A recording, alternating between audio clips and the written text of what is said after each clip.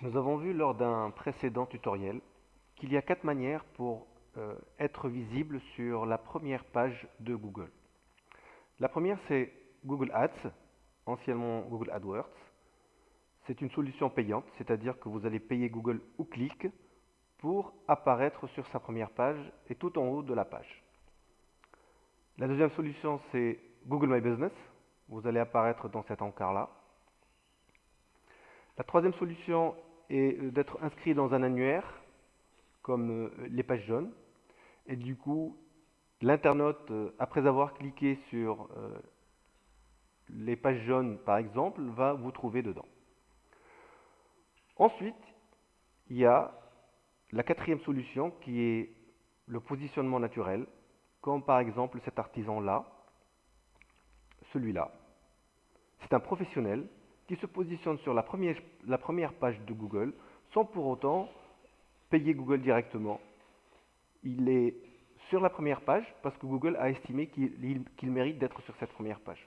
Aujourd'hui, nous allons voir ensemble comment faire pour se positionner sur la première page et être en haut de tous les professionnels afin que nous soyons cliqués avant les autres.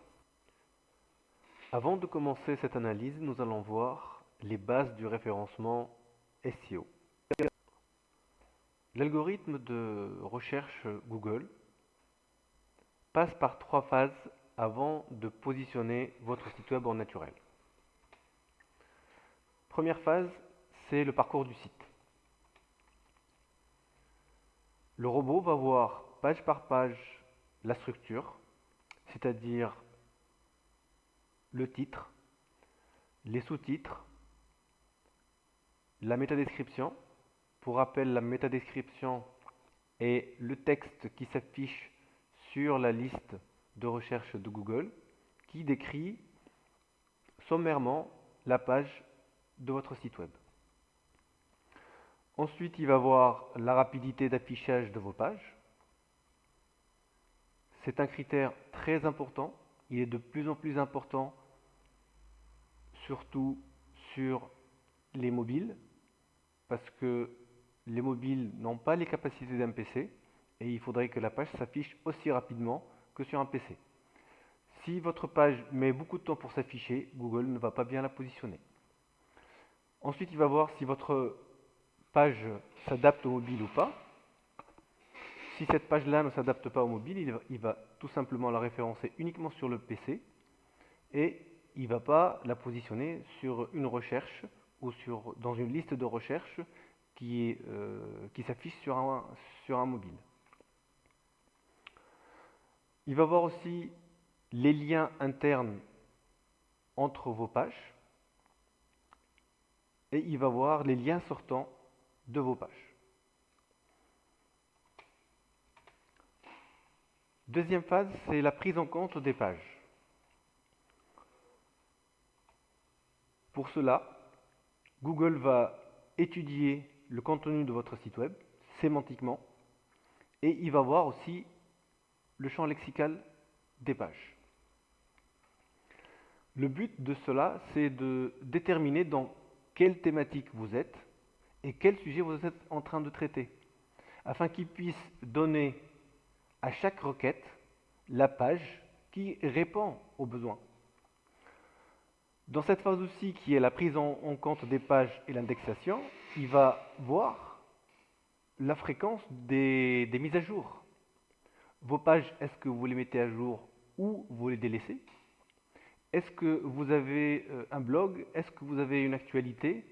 Est-ce que vous mettez à jour vos actualités? Est-ce qu'il y a des articles qui sont fréquemment édités?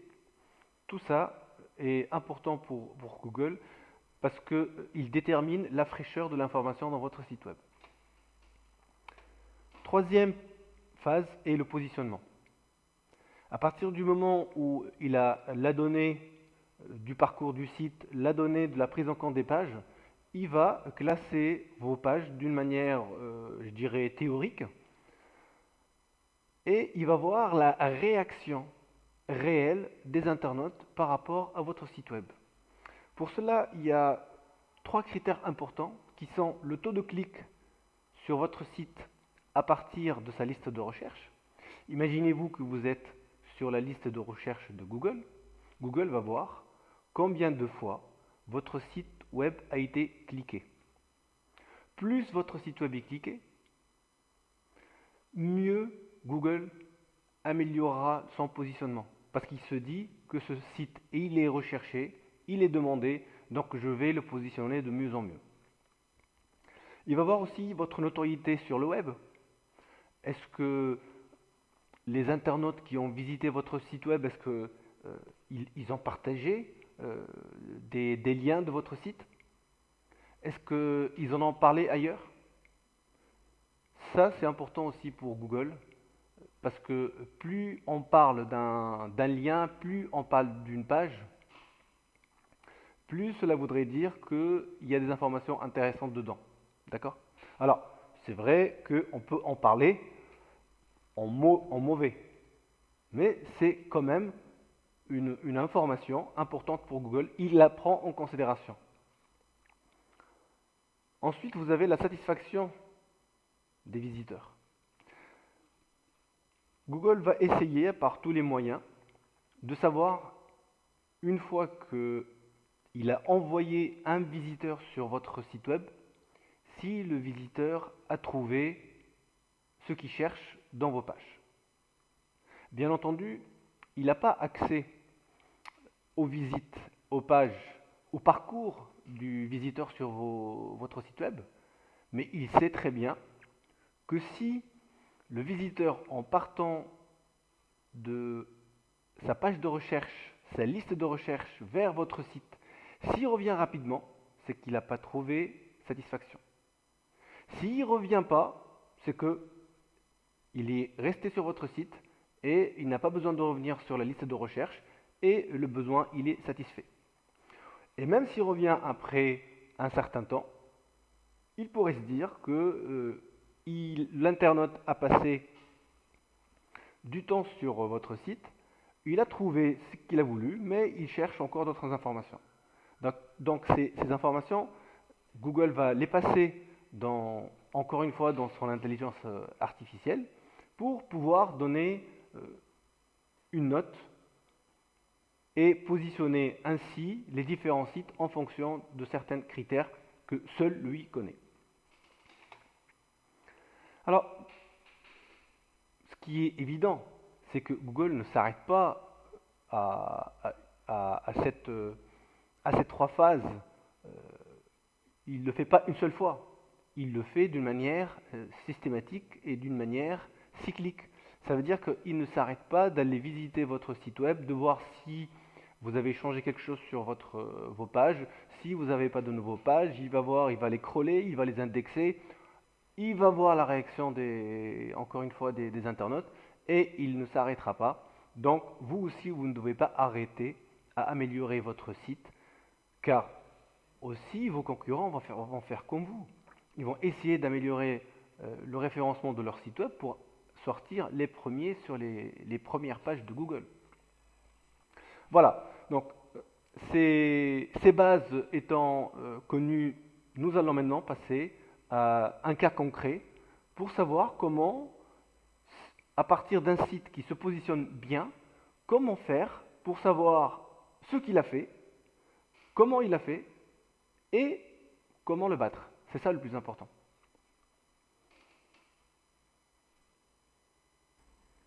Pour faire cette étude de cas, j'ai choisi un site sur lequel nous sommes en train de travailler actuellement. Je n'ai pas choisi n'importe quel site qui se positionne correctement sur Google, au risque que le propriétaire ne soit pas content de l'analyse. Alors, nous commençons. Je vais vous présenter le site. Le site, c'est celui-là. Ça fait environ 2 mois que nous sommes en train de travailler dessus. Alors, avant de commencer, j'ai préparé une grille pour que notre analyse soit mesurable et objective. Nous allons passer par ces points-là. Donc, le premier, c'est comme on a vu sur la diaporama, la technique. Donc on va analyser techniquement le site. qu'on appelle le crawl. Ensuite, on va analyser le contenu d'une manière sémantique. Et ensuite, on va voir les backlinks de ce site. Et à chaque fois, nous allons mettre une valeur. On va la mettre ici, puisque normalement, on est en train d'étudier un site concurrent. Et on va après déduire la valeur de notre site sur ces critères-là. Et bien entendu, il faudrait qu'elle soit supérieure à celle du concurrent. Donc, excusez-moi, la première chose à faire, c'est donc l'étude de cas technique. Pour cela, il nous faut des outils. Et l'outil que j'ai choisi, c'est l'outil SEMrush. Alors, moi, j'ai déjà un compte ouvert. Vous allez devoir le faire. Donc, c'est simple. Vous allez sur le site de SEMrush. Vous tapez soit semrush.com ou directement sur la barre de navigation, ou vous allez sur Google et vous tapez SEMrush. Ensuite, il va vous ouvrir un compte. Alors, juste une astuce pour pas que vous ayez à entrer les coordonnées de votre carte. Une fois que vous aurez... Alors, un instant, je vais vous montrer. J'arrive pas... Voilà. Une fois que vous aurez rentré vos identifiants, il va vous rediriger vers cette page-là. Donc, il va vous demander de profiter de l'essai gratuit et de cliquer ici. Alors, surtout ne faites pas ça, parce que si vous le faites, il va vous demander les coordonnées de votre carte. Allez directement ici, ignorez l'essai. D'accord? Et là, vous allez recevoir automatiquement un email de validation. Vous validez cet email et vous allez être redirigé vers SEMrush et vous allez avoir un compte gratuit. Alors, dans SEMrush, on va utiliser SEMrush pour les backlinks et aussi pour l'analyse technique, comme on a dit. Et on va commencer par l'analyse technique. Alors, pour l'analyse technique, il faut aller dans Projet.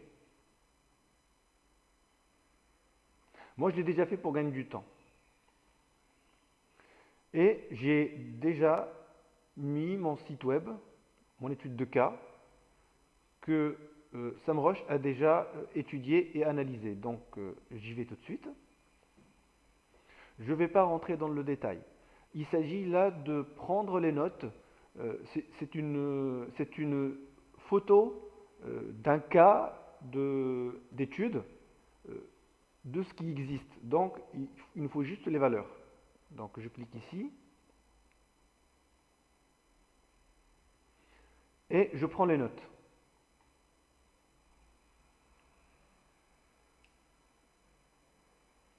Bon, ça prend un peu de temps, hein. On va patienter un peu. Alors, la note la plus importante est le score total. C'est-à-dire que SEMrush a parcouru tout le site killimpact.fr et il estime que la note totale de toutes les pages, elle est de 91%, donc on va la prendre. 91%. Alors, ensuite, nous avons 4 notes: l'explorabilité, la performance, le HTTPS et l'internal linking. Je vais vous les expliquer très rapidement, sans entrer dans le détail comme on a dit. L'explorabilité est la capacité à un robot d'aller voir toutes vos pages. Là, il n'a pas eu de problème, il est rentré sans aucun problème, 100% des pages sont explorables et indexables. La performance, elle est en grande partie liée avec la vitesse d'affichage de vos pages. Donc là, 100%, c'est plutôt bien, 100%. Donc je vais juste vous montrer quelque chose pour... Voilà. Donc si vous cliquez dessus, vous allez avoir la vitesse à laquelle vos pages s'affichent. D'accord? Vous voyez là? Voilà. Donc là, nous avons 42 pages qui s'affichent avec une vitesse inférieure à 0,5 secondes et 3 pages qui s'affichent à une vitesse entre 0,5 et 1 seconde.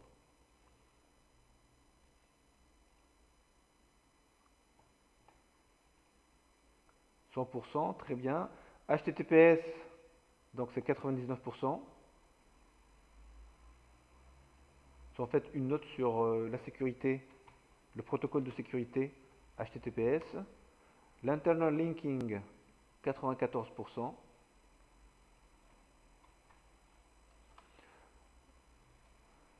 Ce critère-là nous donne une idée sur la manière avec laquelle votre site est maillé à l'intérieur, c'est-à-dire les liens entre les pages internes, comment elles sont faites.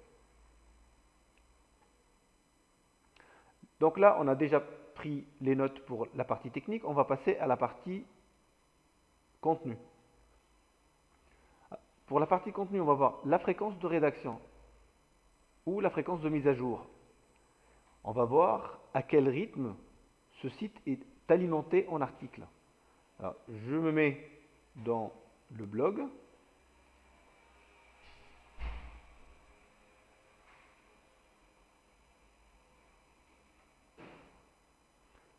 Et je parcours. Je vais voir le nombre d'articles qu'il y a.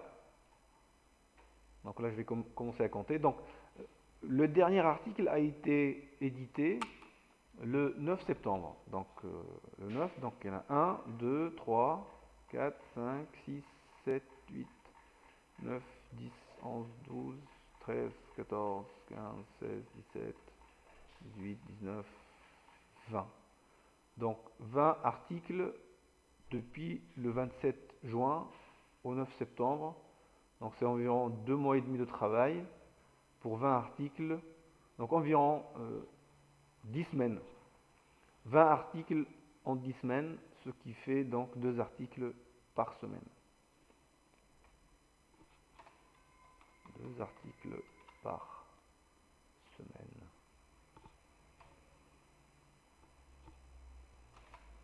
Voilà.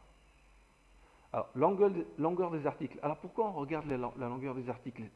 Parce que, statistiquement, nous avons fait des études et nous avons vu que les pages qui se positionnent sur la première page de recherche de Google sont, dans la plupart des cas, les pages les plus longues.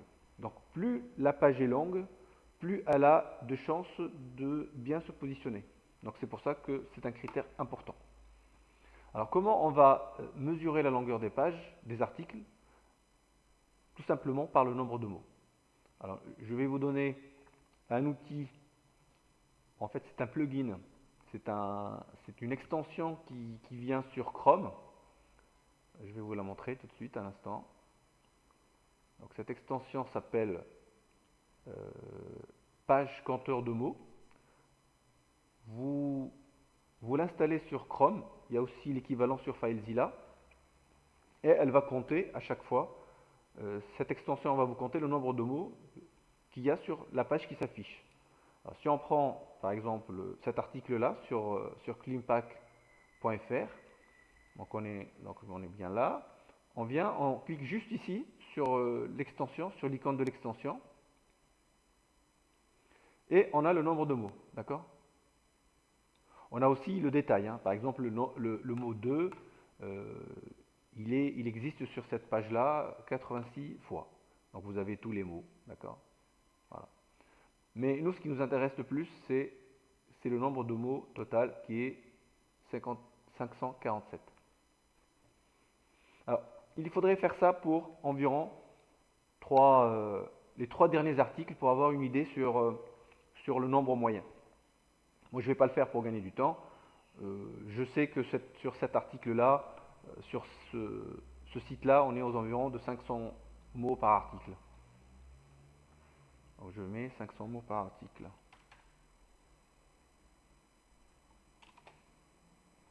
Donc 500 mots par article.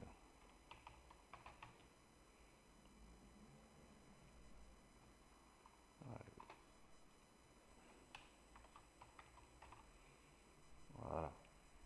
Alors, là, la note d'optimisation des pages. Là, on va voir sémantiquement la page, si elle est vraiment bien rédigée, pour que Google puisse comprendre qu'on est en fait réellement en train d'écrire pour ce titre-là. Mais ce qu'on ne sait pas, c'est que cet article-là, ça veut dire le rédacteur qui a écrit cet article-là, il l'a optimisé pour quel mot-clé? Nous avons un outil qui s'appelle 1.fr qui va nous aider à trouver, à donner une note à cette optimisation. Donc, le titre est pompe à chaleur, RO, tout savoir en détail. Ça ne me donne pas une grande idée sur le mot-clé en précision, mais moi je vais prendre le mot-clé pompe à chaleur par exemple. J'estime que cet article a été écrit pour le mot-clé pompe à chaleur. L'outil s'appelle 1.fr, donc vous allez dans le champ du navigateur et vous mettez 1.fr comme ça, donc 1.fr, tout simplement. Vous cliquez sur optimiser. Alors vous choisissez votre moteur de recherche. Vous pouvez choisir Bing si vous voulez optimiser votre écriture pour Bing, mais je ne vous le conseille pas puisque 90% des internautes utilisent, peut-être même plus, utilisent Google en France. Alors nous, on a cliqué sur Google. Alors on va choisir, comme on a dit, pompe à chaleur. Bon, on n'est pas sûr, comme j'ai dit, que ce soit le mot-clé pour lequel cet article a été optimisé. Donc, mais on va mettre pompe à chaleur. Et cet outil va nous dire probablement cet article pour quel mot-clé a été écrit. Alors là, je vais mettre le lien, donc adresse de ma page web. Je vais mettre le lien. Voilà, c'est celui-là, voilà. Et je vais en bas, tout à fait en bas, là. Champ lexicaux dans votre texte. Alors, il me dit que très probablement, cet article a été optimisé pour le mot-clé pompe à chaleur RO. Donc je prends pompe à chaleur RO et je refais le travail.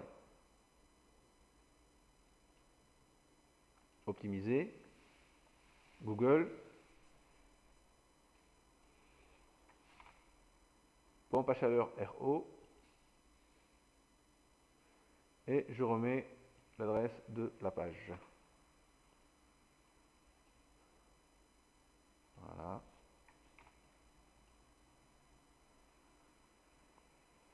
Alors, il me dit que cet article est optimisé à 80% pour le mot-clé pompe à chaleur RO. Voilà.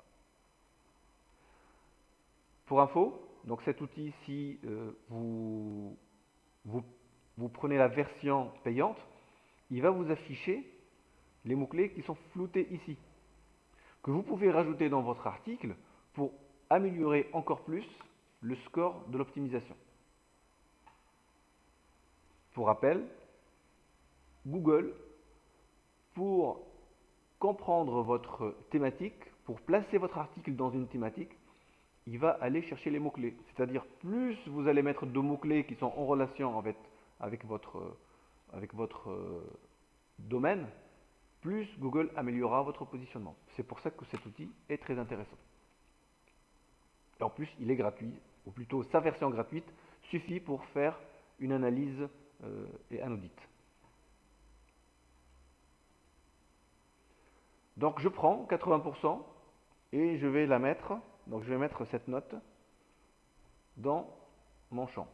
Alors pareil, je vous conseille aussi de prendre les 3 derniers articles. Nous, pour gagner du temps, on le fait uniquement sur un article. Vous prenez les 3 derniers articles et prenez la moyenne. Voilà, donc là on a terminé avec la partie contenu. On va passer à la partie positionnement et spécialement la partie backlink. On va revenir, comme je vous l'avais dit, sur l'outil SEMrush qui va nous donner une idée sur les backlinks. Donc voilà, c'est backlink. Voilà. Bon, on va le laisser mouliner un peu. J'espère qu'il ne va pas nous faire perdre trop de temps. Alors, je mets mon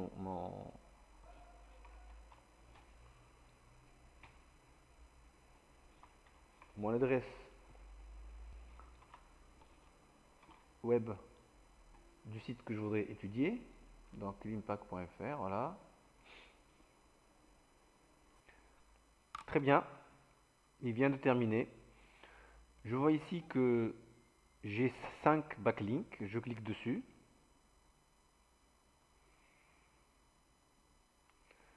Et en même temps qu'il mouline, j'ouvre ma liste. Donc là, il faut que je trouve la fréquence des backlinks. Fréquence des backlinks, je sais que j'en ai 5. Alors, je vérifie que j'ai bien 5. Voilà. Ah, donc là, j'en ai 5 et j'en ai 2 qui viennent de la même page. Là, j'en compte qu'une. Donc normalement, il y en a 4. Donc je vais compter 4. 4 sur, on a dit, 2 mois et demi, c'est ça? 4 sur 2 mois et demi, donc je vais faire le calcul. Donc 4 sur 2,5. Donc ça fait environ 1,6 liens par mois. Voilà. Ensuite, je vais voir si mes backlinks proviennent de pages de qualité ou pas. Alors, de qualité, ça veut dire, est-ce que les pages qui contiennent mes backlinks sont des pages dans mathématiques ou pas? Et s'ils le sont, à hauteur de combien sont-ils optimisés? C'est ce qu'on va voir ensemble. Normalement, on devrait prendre un certain nombre de pages référentes. Là, je vais en prendre une pour vous montrer comment on fait. Et pour vous, je vous conseille de prendre les 3 ou 5 derniers backlinks. Regardez en fonction de la chronologie ici, d'accord? Alors, regardez en fonction de première vue, voilà, première vue. Moi, je vais prendre celui-là, par exemple.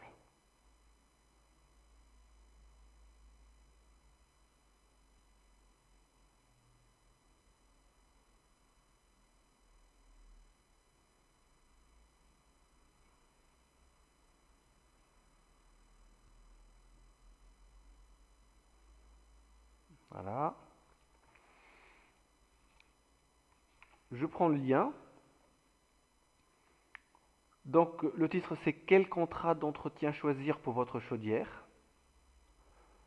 Je vais sur notre outil 1.fr et je vais faire quasiment le même travail que j'ai fait sur les pages de mon article. Excusez-moi, sur l'article du site que nous sommes en train d'étudier. Donc je vais dans Google, je clique plutôt sur Google, et là j'ai dit donc a priori, bon, je suppose que chaudière est un mot-clé intéressant pour cette page-là. Je charge l'adresse web, voilà.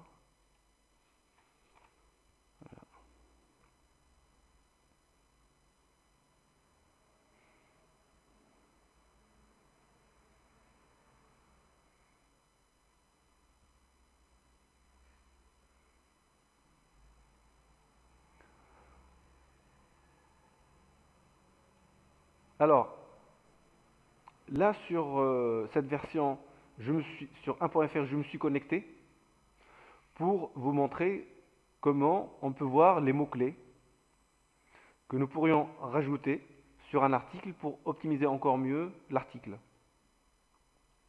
Donc dans cette version payante, les mots-clés ne sont pas floutés. Vous pouvez voir les mots qui sont grisés, c'est des mots qui existent déjà sur l'article, et les mots qui sont en blanc, en fond blanc, c'est des mots qu'on peut rajouter. Voilà, c'était juste une parenthèse. Je ferme la parenthèse.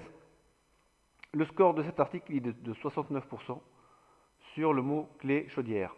Mais ce n'est pas le mot-clé qui nous intéresse, parce qu'on ne sait pas sur quoi il a été écrit réellement. Donc on va descendre pour que 1.fr nous dise sur quoi il a été écrit. A priori chaudière, donc on est plutôt bon.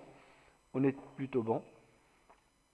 Donc ce mot-clé, excusez-moi, cet article, une fois crawlé par Google, il va comprendre que cet article a été optimisé pour le mot-clé chaudière et que l'article parle de chaudière. Donc 69%, ce qui est pas mauvais, ce qui est même bien, parce que c'est écrit bien, on va pas dire pas mauvais, on va dire bien. Et on va mettre ici que c'est 69% ou 70% parce que, en fait, normalement, comme je vous ai dit, il faudrait que ce soit une moyenne. Voilà. Donc là, nous avons terminé de remplir notre grille. Le travail que nous avons fait, nous l'avons fait pour ce site qui est un site concurrent, d'accord? Et nous, on va faire exactement maintenant le travail pour notre site. Et notre site, c'est le vôtre, hein, d'accord? Pour qu'on soit bien clair. Donc vous allez faire le même travail pour votre site et vous allez comparer les deux. Et vous allez faire en sorte que dans votre plan d'action SEO, que vous soyez meilleur sur tous les points. Et si vous l'êtes, vous êtes sûr qu'après un certain temps, alors ce certain temps, c'est pas évident de le définir, ça peut être 2 mois, 3 mois, 4 mois, ça peut être même une année.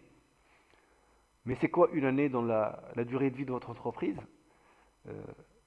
Vous arriverez à battre ce site web là. Donc tant que vous êtes mieux sur ces critères-là que votre concurrent, vous serez forcément meilleur en position. Mais attention, vous devez refaire ce travail-là une fois tous les 2 mois, tous les 3 mois, parce que si vous travaillez sur votre site web pour l'améliorer, votre concurrent va aussi travailler dessus. Donc il faut voir s'il s'améliore ou pas. Et s'il s'améliore, si par exemple au lieu de mettre 2 articles par semaine, il en met 3, ben, vous devez faire plus que lui. D'accord? Voilà. J'espère que c'est clair. À bientôt.